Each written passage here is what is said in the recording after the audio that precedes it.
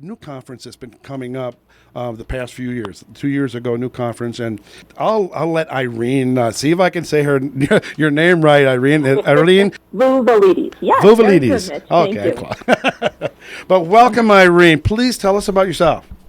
Oh, thank you so much, Mitch. Thanks for having me. My name is Irene Vouvalides, as Mitch said, and I am a shining light parent. My only child, my daughter, Carly Elizabeth Hughes, transitioned 6.5 years ago from esophageal gastric cancer.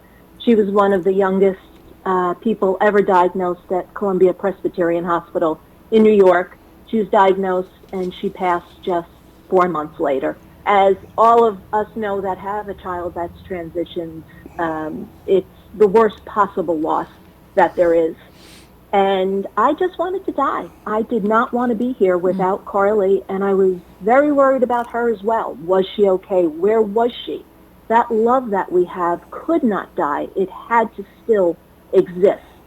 And I went on a quest to find my daughter and to find out about the afterlife. Pretty soon after her transition, I read Proof of Heaven by Dr. Eben Alexander, which brought me great comfort.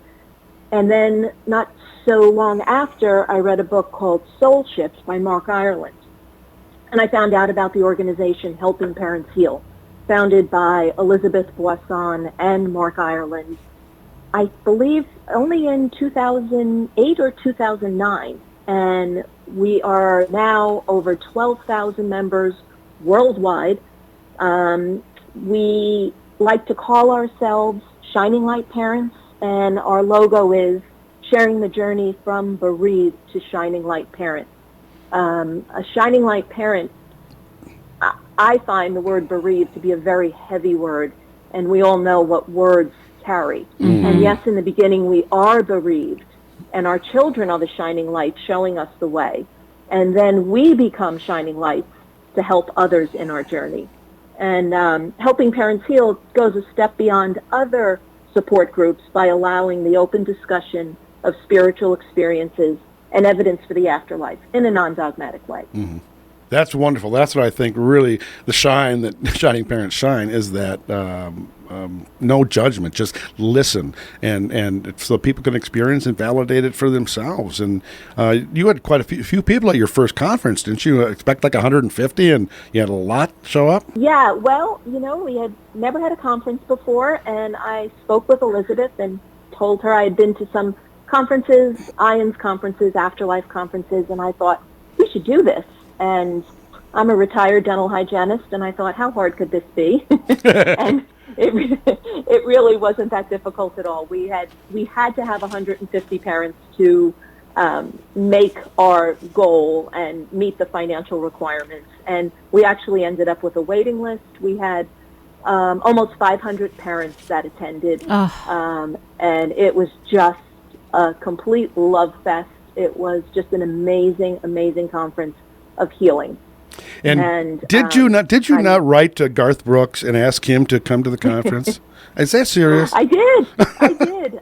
I wrote to Garth Brooks and asked him if we could play the song The Dance. One of my good friends created a slideshow of all of the kids, and it was my wish, my vision, to play the dance while the slideshow of the children played, and through a series of circumstances which sound incredible, but of course we know they aren't. I opened my email one day, and there was Garth Brooks' video introducing the first Helping Parents Heal conference. Oh my gosh. And giving us permission to play the song The Dance. So it was an amazing way to start our conference. Oh, Irene, that is so beautiful. Tell us about Thank Carly, please. Carly Elizabeth Hughes, beautiful, beautiful young woman, graduate of Boston College, living in Boston, just having the time of her life. And out of nowhere, a year after she graduated, she had these symptoms that we just couldn't figure out. And finally, we found out that it was this horrible, horrible cancer. My daughter was what she had to go through. And she left this earth. And now, 6.5 years later, it's just been such a journey but I truly believe that death means nothing more than the loss of one's physical body. We are spiritual beings having a human experience, not the other way around. Yes. And I really believe that Carly lived exactly as much as she was supposed to live. And her life and her death have taught me so much. And I now, in my journey, helping other people find this and see this. I'm always a mother. And that made a big difference for me. I just have a different relationship with my daughter. If someone asks me, do you have any children? I say, yes, I have a daughter in spirit. And if they want to have more information than that, they can. And if not, I don't have to say anything. Right. That's a perfect thing to say, because sometimes that'll just scare them away. Yeah. And other times that'll open them up and said, so do I. So yeah, I always say that too. I have 2 children, one in heaven and one has given me 2 grandchildren. And it's just part of our life forever. And I think that's what you bring to the table, that this never ends. The love doesn't end. The relationship does not end. Did you get a sign from Carly, or like a big billboard sign? Did you get a subtle sign, or what you get? I have gotten so many signs for Carly, but not early in my grief. I was so heavy in my grief that I don't think it was possible to have signs. But I get signs all the time. The song Somewhere Over the Rainbow is a special song, and I can be in the house, I'll put Pandora radio on, and I'll just say, I need to hear from you, sweetheart. And sure enough, there it plays on the radio. One day I was driving, and I just was having a bad day. It was about a year ago, and I said, I don't want to hear a song on the radio. I need a sign, a big sign. And a truck pulled up next to me, and across the front windshield buzzed the word Hughes. So I thought, okay, I can't get a much bigger sign than that. No. That was a sign. That was a real sign. That was a real sign. I became very doctor-phobic after Carly passed. We had spent so much time in the hospital and just really not great memories at all about a doctor's office. And finally, about 2 years after she passed, I said, okay, I've got to check on my health and make an appointment. And it took me a long time to make that call. And when I made the call, someone answered the phone and said, hi, my name is Carly. How may I help you?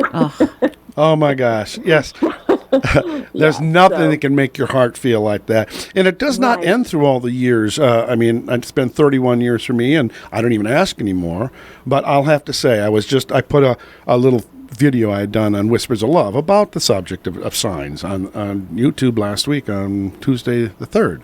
And a friend of mine from Atlanta who lost her son, Chad, almost 25 years ago.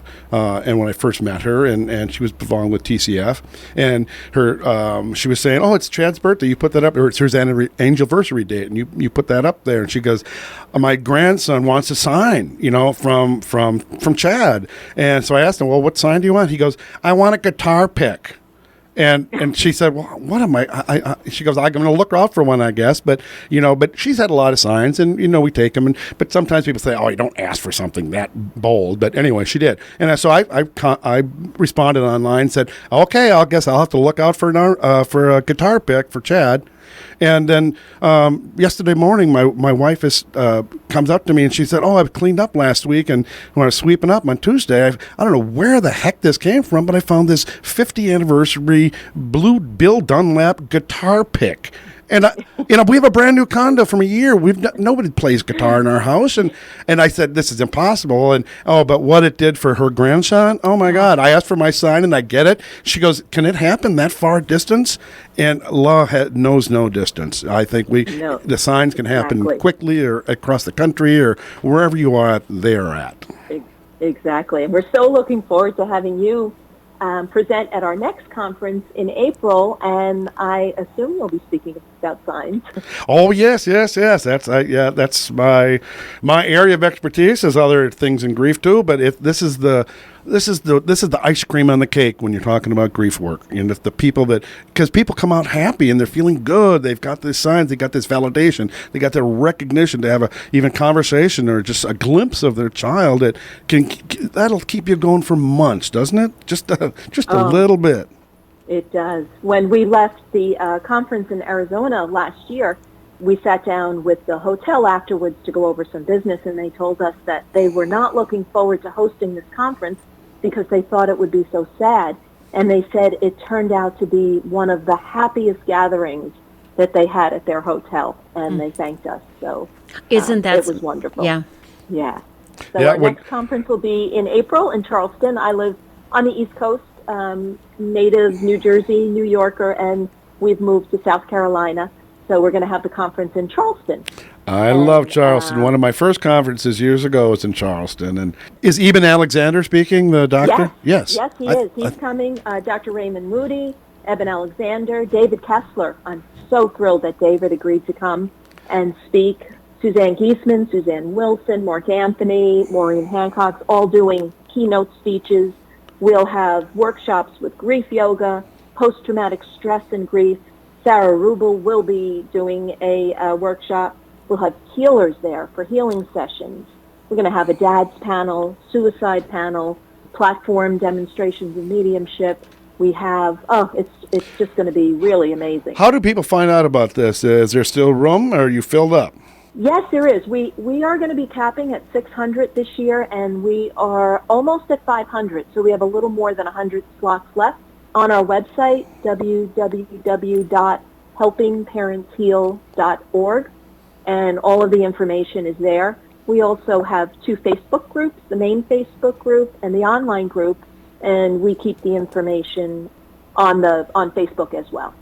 Okay, great. Well, thank you, Irene, for calling in. You've brought so much to us today, and there's so many avenues that you, Helping Parents Help Heal, is doing for everybody. It's just wonderful. I'm so excited to be part of it. Well, thank you, and I'm just so thrilled, Mitch. We all are that you'll be joining us in April in Charleston. Thank you. Nice to meet you, Irene. Thanks for calling in. Nice to meet you. And Yes. you are listening to another edition of Community in Depth Grief Chat on AM 1460 and FM 97.7 KDWA in Hastings.